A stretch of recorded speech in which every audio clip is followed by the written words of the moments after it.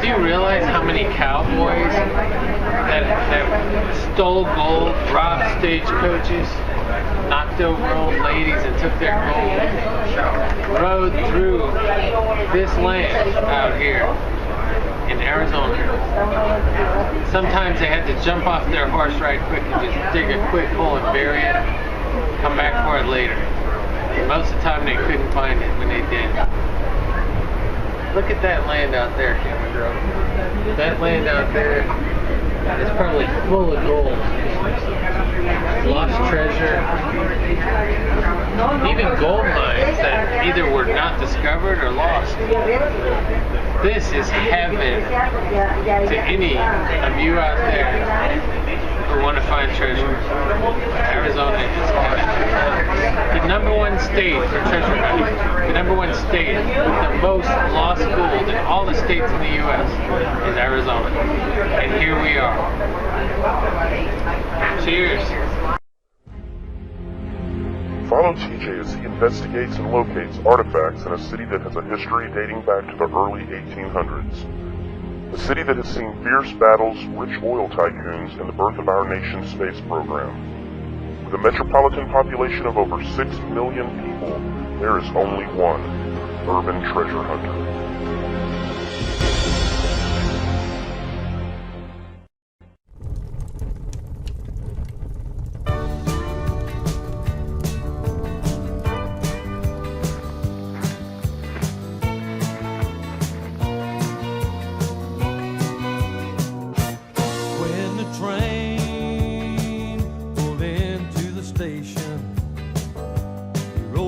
Way to Cochise, and this is our first day going out into the field. We're going to have a little safety minute. It's important for everybody to keep this in your mind.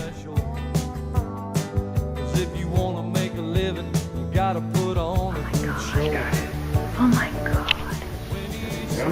Okay folks, this is what we have. A thirsty bobcat who just got wet. Just out there. Look how beautiful that is. Oh my God. That is a gorgeous bobcat. I would love to have one.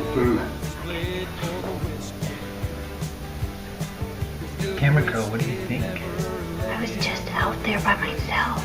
Watch him jump that fence. Wow. For the miners, Devil's Dream was a song they understood. Then he'd go back to Oklahoma. The prickly pear, the big prickly pear. I happened to try to move one out of my driveway about 2 weeks ago, and it went deep. Wow, 2 weeks ago. It's still in there, I think. I would have to get enough guts to cut it out or just wait for it to dissolve. But hello, I'm from Tucson. Where are you from? We are from Houston, Texas. Oh, okay.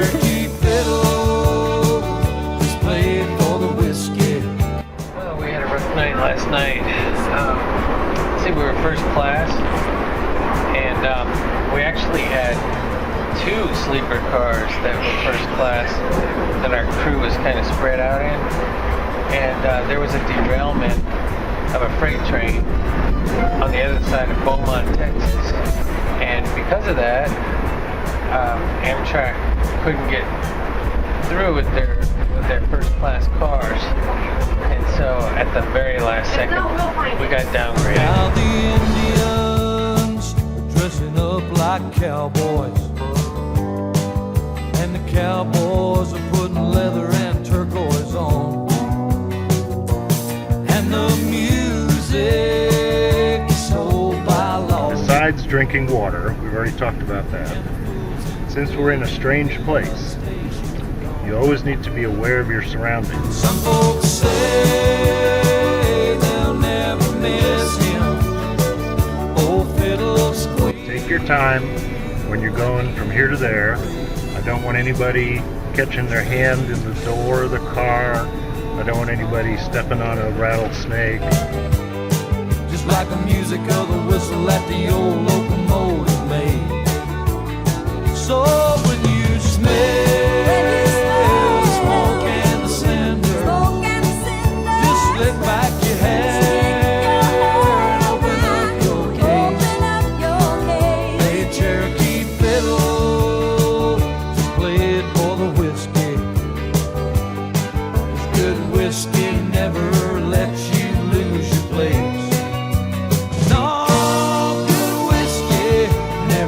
you lose your place.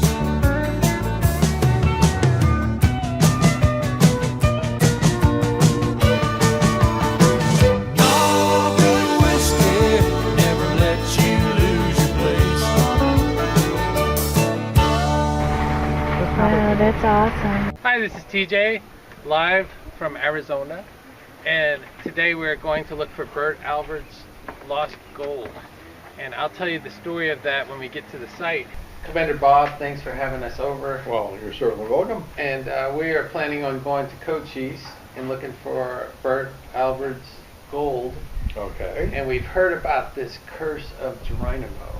And so I come to you because you're the expert, the local expert on this stuff. Wondering, do you think we are in danger if we go on this land? Well, you have to keep in mind that anytime you're out in southeastern Arizona in the middle of summer, like you are today, you're always in danger. It doesn't matter whether it's because of Geronimo or Cochise or any of the other major people who have had an impact on southeastern Arizona history. And it's simply because of the nature of the desert itself. It's always a dangerous place to be. But today I'm bringing two things with me. One is my GPAA mining guide. If you're not a member of the Gold Prospectors Association of America, you need to join. Okay, just Google it, find it, join it. It's I think it's around $100 a year is what it is. Is that right, camera girl?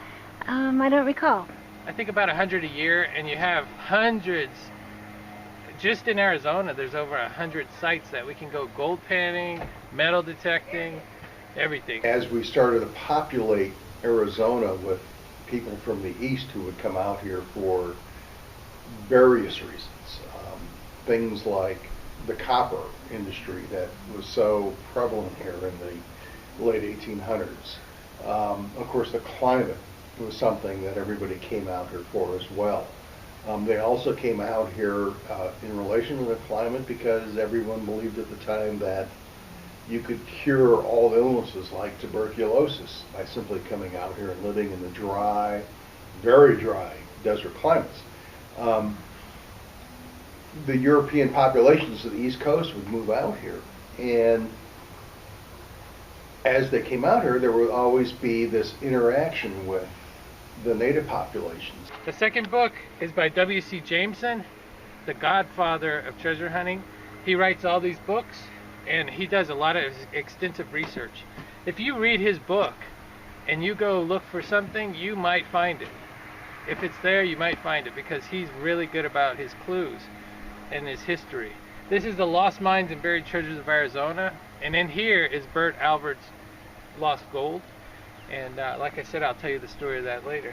And of course, the Native American tribes, the Papagos, the Tohono O'odham Nation, and she went further south and over towards Cochise, the Apache Indians, and into New Mexico, the Mescalero Apache Indians. They all were here long before any of us got here.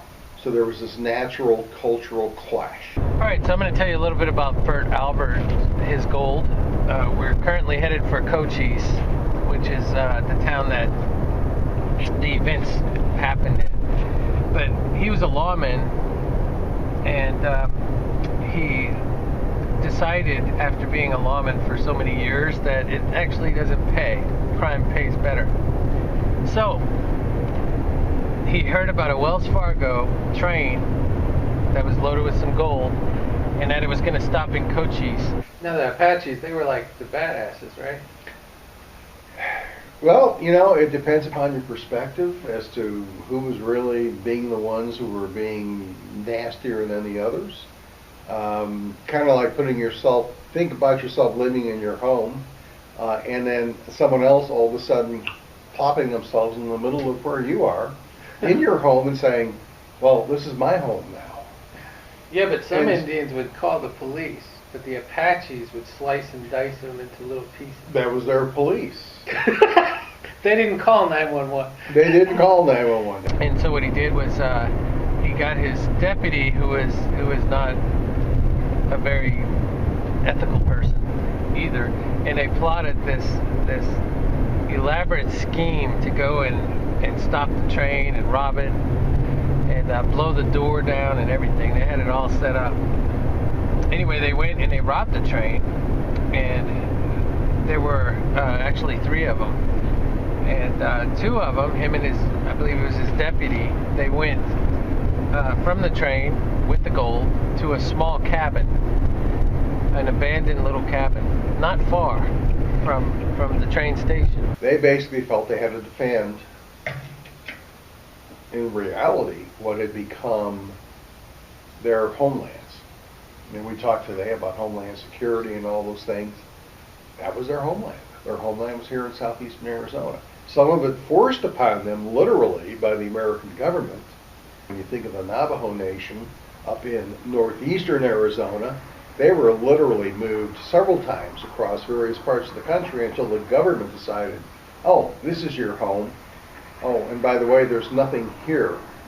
You really can't do much agriculture here, you can't do much ranching here, but this is your home, and you have to stay within the confines of that boundary, and that's exactly what we did with other Native American tribes, and that's exactly why people like Cochise and Geronimo wanted nothing to do with it.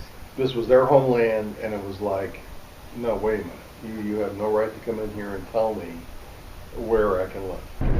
And while his deputy stayed in the cabin, Burt Alvord went out of the cabin, and he was gone for about 20 to 30 minutes.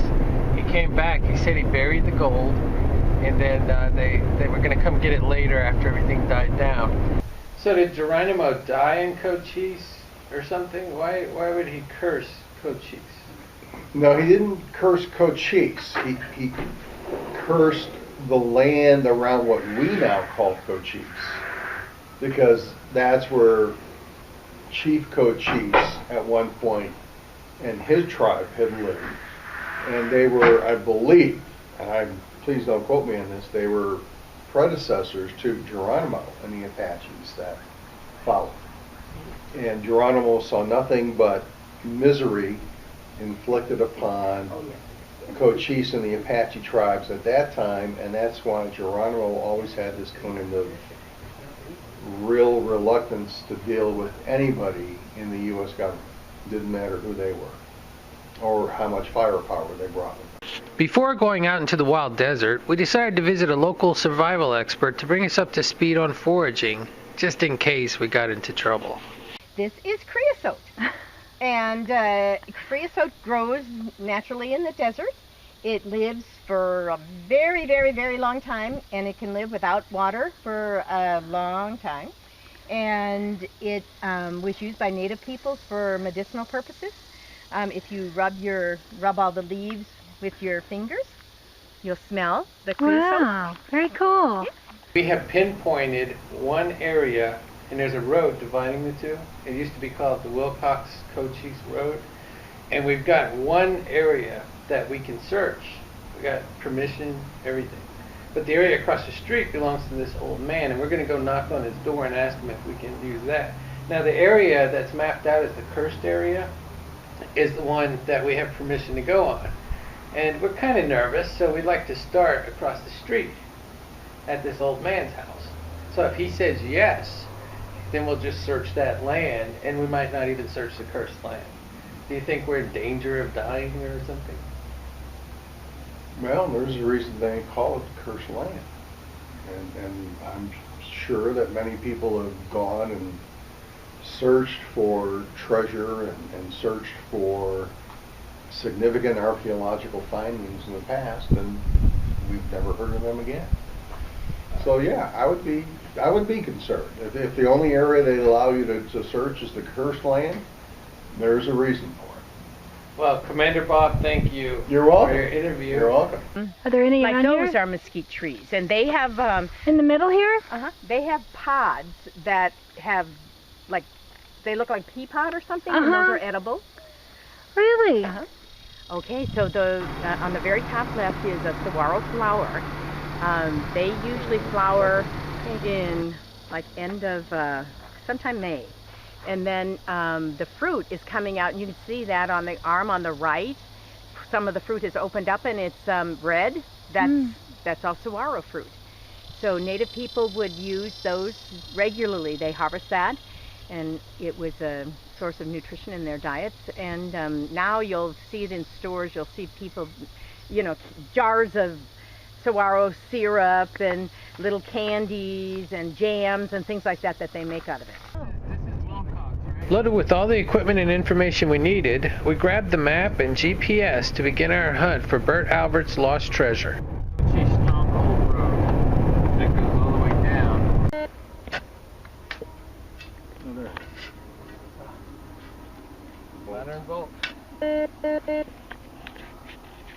After being denied permission to hunt the uncursed land across the street, we pulled out our equipment and headed to the cursed land. Outnumbered by Doc and Camera Girl's superstitious minds, I agreed to start on the land next to the cursed land, even though we had no permission to be there.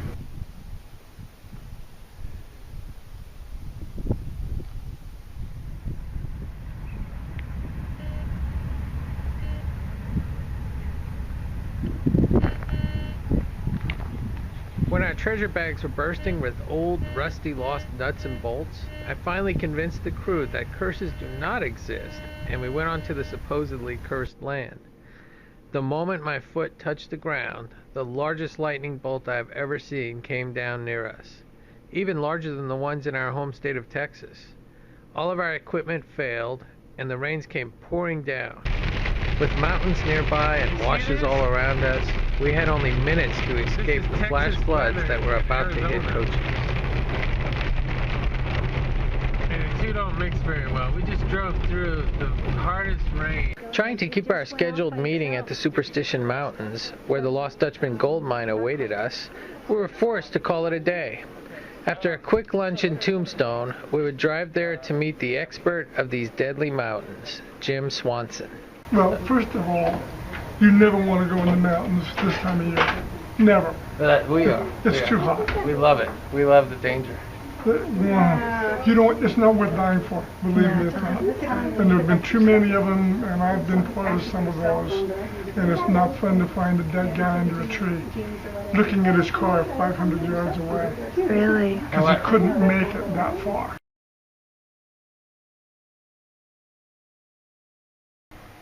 You said you were bringing 2 important things? You're bringing 3 important things. Oh yeah, the camera girl. The camera girl. Yeah, I can't forget the camera girl. Now she can wear her bikini and she's okay because it's so hot out here.